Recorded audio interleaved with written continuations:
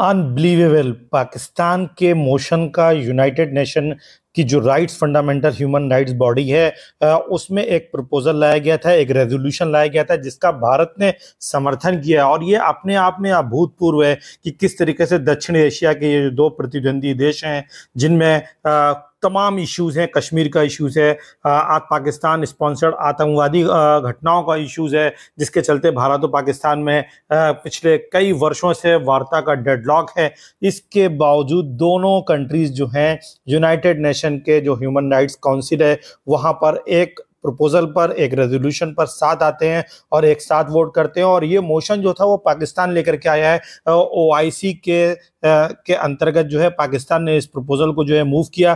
क्या है पूरा मैटर, इसको हम समझने का प्रयास कर रहे हैं। एक्चुअल में ये रेजोल्यूशन जो था इसका यूनाइटेड स्टेट ने, अमेरिका ने और यूरोपीय यूनियन ने बहुत ही स्ट्रांगली अपोज किया था। और वो ये मान रहे थे कि ह्यूमन राइट्स और फ्रीडम ऑफ एक्सप्रेशन जो है, जो मानवाधिकार हैं और अभिव्यक्ति की स्वतंत्रता है और उन पर जो पश्चिमी देशों के विचार हैं उसके ये विरुद्ध जो है मोशन आया है, रेजोल्यूशन आया है। लेकिन इस रेजोल्यूशन को United nation human rights council ने अप्रूव कर दिया है, हालांकि इसे डिस्प्यूटेड माना जा रहा है। ये रेजोल्यूशन जो है वो रिलीजियस हैट्रेड, जो धार्मिक विद्वेष चल रहा है, उसके विरुद्ध लाया गया। एक्चुअल में अभी स्वीडन में कुछ दिन पहले ही एक इराकी माइग्रेंट था, उसने जाकर के स्वीडन के स्टॉकहोम के बाहर एक मॉस्क के बाहर जो है कुरान की बर्निंग की थी, और जिसके चलते ओआईसी और जो इस्लामिक वर्ल्ड था वहां पर इस घटना के बाद एक चिंता व्यक्त की जा रही थी। और उसी के चलते ये रेजोल्यूशन जो है ह्यूमन राइट्स काउंसिल में लेकर के आया गया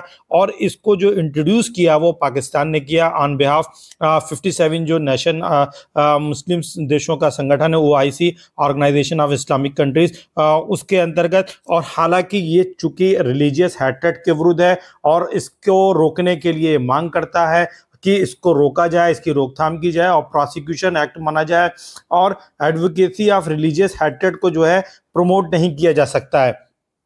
और इसका यूनाइटेड नेशन, जैसा कि मैंने ये बताया, यूरोपीय यूनियन ने तीव्र विरोध किया, लेकिन इसके बावजूद इस विषय पर वोटिंग हुई और वोटिंग के बाद इस रेजोल्यूशन को अडॉप्ट कर लिया गया है। अगर हम बात करें कंट्रीज की तो टोटल 28 कंट्रीज ने जो है वोट के इस रेजोल्यूशन के फेवर में वोट किया, 7 एब्स्टेंड है। टोटल 47 जो है यहाँ पर मेंबर होते हैं यूनाइटेड नेशन ह्यूमन काउंसिल में जो है, और ये यूनाइटेड नेशन की बॉडी है, इंटर गवर्नमेंटल बॉडी है और बहुत ही महत्वपूर्ण है। और इसमें ओआईसी का दबदबा भी है, कई इस्लामिक कंट्रीज इसके अंतर्गत हैं।